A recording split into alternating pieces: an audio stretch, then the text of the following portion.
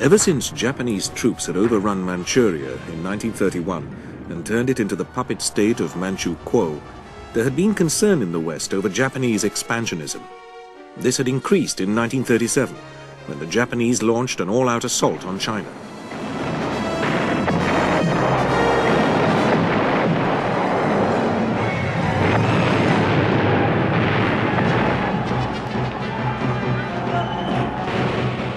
But the Western powers were not prepared to risk war with Japan. This was even though Western warships like the American gunboat Panay were bombed by Japanese aircraft. Yet Japan did apologize for this act. She did so because she had a major weakness, which the West threatened to exploit. This was a grave lack of natural resources. Japan was heavily reliant on imports of tin, oil, rubber, and other essential raw materials. She therefore dare not provoke the West too much. In the meantime, the Chinese struggle against Japan did have Western moral support.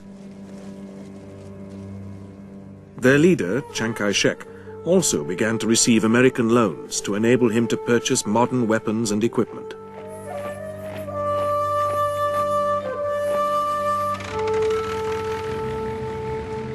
These were delivered via a road that had been recently opened through the mountains separating Burma from China. It became known as the Burma Road.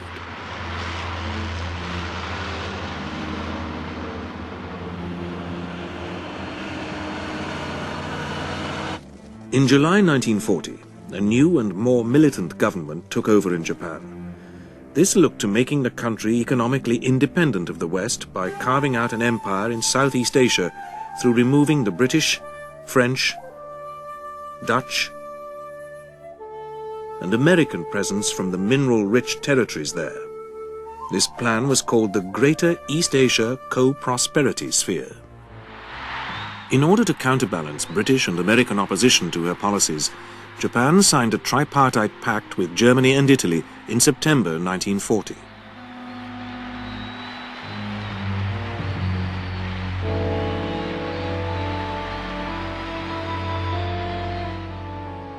Later, in April 1941, the Japanese removed the Russian threat to the north by signing a 5-year non-aggression pact in Moscow.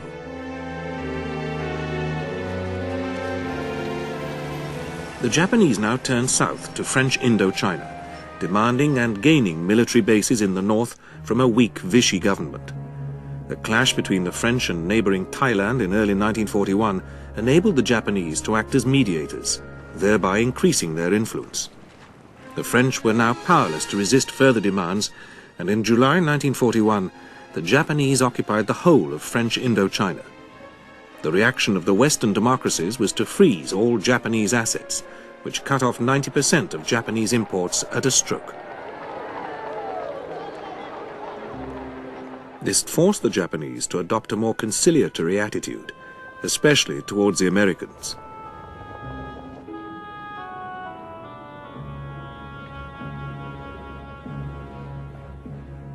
In the meantime, the fighting in China dragged on. Chiang Kai-shek, however, received a boost when the Lend-Lease Act was introduced in America in March 1941, giving him priority next below Britain for the receipt of US munitions.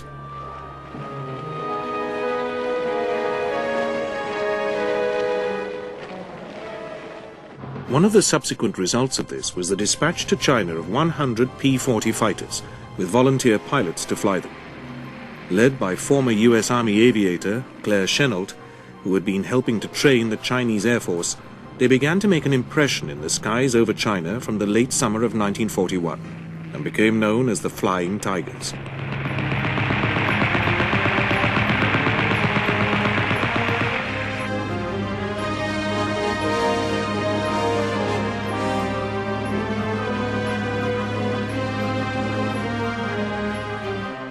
Japanese Premier Prince Fumimaro Konoye hoped that he could achieve an understanding with the United States. But American insistence on total Japanese evacuation from China was an obstacle that could not be surmounted. Consequently, in October 1941, Prince Konoye resigned, and was succeeded by General Hideki Tojo, a leading hawk. He was determined that Japan must become self-sufficient in raw materials.